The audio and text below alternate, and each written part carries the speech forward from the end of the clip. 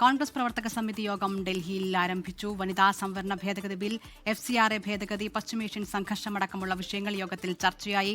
വനിതാ സംവരണ ഭേദഗതി ബിൽ കൊണ്ടുവന്നത് തിരഞ്ഞെടുപ്പ് ലക്ഷ്യം വെച്ച് എന്നാണ് കോൺഗ്രസ് അധ്യക്ഷൻ മല്ലികാർജ്ജുൻ ഖാർഗെ പ്രവർത്തക സമിതി യോഗത്തിൽ പറയുന്നത്. സ്ത്രീ സംവരണം കോൺഗ്രസിന്റെ സാമൂഹ്യ നീതി കാഴ്ചപ്പാടിന്റെ ഭാഗമാണ്.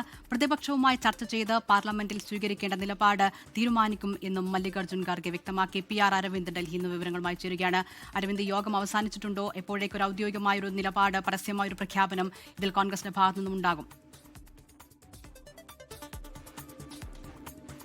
ഇതിലെ കോൺഗ്രസിന്റെ പ്രവർത്തക സമിതി യോഗം ഇപ്പോഴും പുരോഗമിക്കുകയാണ്. 6 മണിക്ക് കോൺഗ്രസ് നേതാക്കൾ മാധ്യമങ്ങളെ കാണുമെന്ന് അറിയിച്ചിട്ടുണ്ട്. കൃത്യമായ നിലപാടുകൾ എങ്ങനെയാണ് ഇതുമായി ബന്ധപ്പെട്ട പ്രതിഷേധം മുന്നോട്ട് കൊണ്ടുപോകുന്നത് അടക്കമുള്ള കാര്യങ്ങൾ 6 മണിക്ക് നടക്കുന്ന വാർത്താ സമ്മേളനത്തിൽ കോൺഗ്രസ് നേതാക്കൾ വ്യക്തമാക്കും. പ്രധാനമായും കോൺഗ്രസ് നേതാക്കൾ ചൂണ്ടിക്കാണിക്കുന്നത് കൃത്യമായ കൂടിയാലോചനകളില്ലാതെയാണ് വനിതാ സംവരണ ഭേദഗതി ബില്ല് ഇത്തരത്തിൽ പ്രത്യേക പാർലമെന്റ് സമ്മേളനത്തിൽ കൊണ്ടുവരാൻ കേന്ദ്രം തീരുമാനിച്ചിരിക്കുന്നത്. കാരണം തെരഞ്ഞെടുപ്പ് അടക്കം നടക്കുന്ന സാഹചര്യമുണ്ട്. ബംഗാളിലും അതുപോലെ തന്നെ തമിഴ്നാട്ടിലും തെരഞ്ഞെടുപ്പ് നടക്കുന്ന പശ്ചാത്തലത്തിൽ തെരഞ്ഞെടുപ്പ് ലക്ഷ്യം വെച്ചാണ് കേന്ദ്ര സർക്കാരിന്റെ നീക്കമെന്ന് തന്നെ കോൺഗ്രസ് ആരോപിക്കുകയാണ്. കോൺഗ്രസ് അധ്യക്ഷൻ മല്ലികാർജ്ജുൻ ഖാർഗെ കൃത്യമായി പ്രവർത്തക സമിതി യോഗത്തിൽ ഇത് ചൂണ്ടിക്കാണിക്കുകയും ചെയ്തു. കാരണം ഒരു പ്രത്യേക പാർലമെന്റ് സമ്മേളനം വിളിച്ചത് അത് മാതൃകാ പെരുമാറ്റച്ചട്ടത്തിന്റെ ലംഘനമെന്നതാണ് കോൺഗ്രസ് അധ്യക്ഷൻ യോഗത്തിൽ ഇപ്പോൾ ചൂണ്ടിക്കാണിച്ചിരിക്കുന്നത്. ഇതുകൂടാതെ തന്നെ ആഭ്യന്തര മന്ത്രാലയത്തിന്റെ കീഴിലുള്ള തെരഞ്ഞെടുപ്പ് കമ്മീഷൻ ഇതിലൊന്നും ഒരു നടപടിയും സ്വീകരിക്കില്ല. BJPക്ക് തോന്നുന്നതാണ് BJP ചെയ്യുന്ന അടക്കമുള്ള വിമർശനങ്ങൾ കോൺഗ്രസ് അധ്യക്ഷന്റെ ഭാഗത്തുനിന്നുണ്ടായി. നേരത്തെ വനിതാ സംവരണ ബില്ലിനെ കോൺഗ്രസ് അടക്കമുള്ള പ്രതിപക്ഷ പാർട്ടികൾ പിന്തുണച്ചിരുന്നു. പക്ഷേ ഇപ്പോൾ നടക്കുന്ന നീക്കം അത്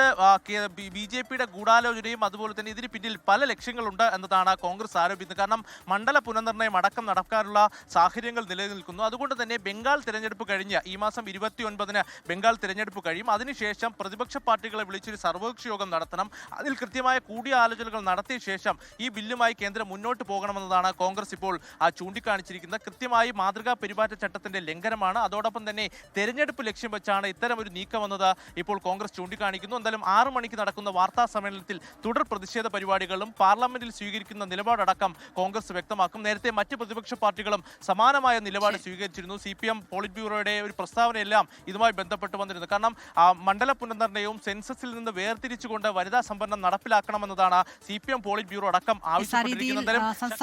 കേന്ദ്ര സർക്കാരിന്റെ നീക്കത്തിനെതിരെ ചില എതിർപ്പുകൾ പ്രതിപക്ഷ പാർട്ടികളുടെ ഭാഗത്തു നിന്നും വരുന്നുണ്ട്. PR അരവിന്ദാണ് ഡൽഹിയിൽ നിന്ന് വിവരങ്ങൾ നൽകിയത്.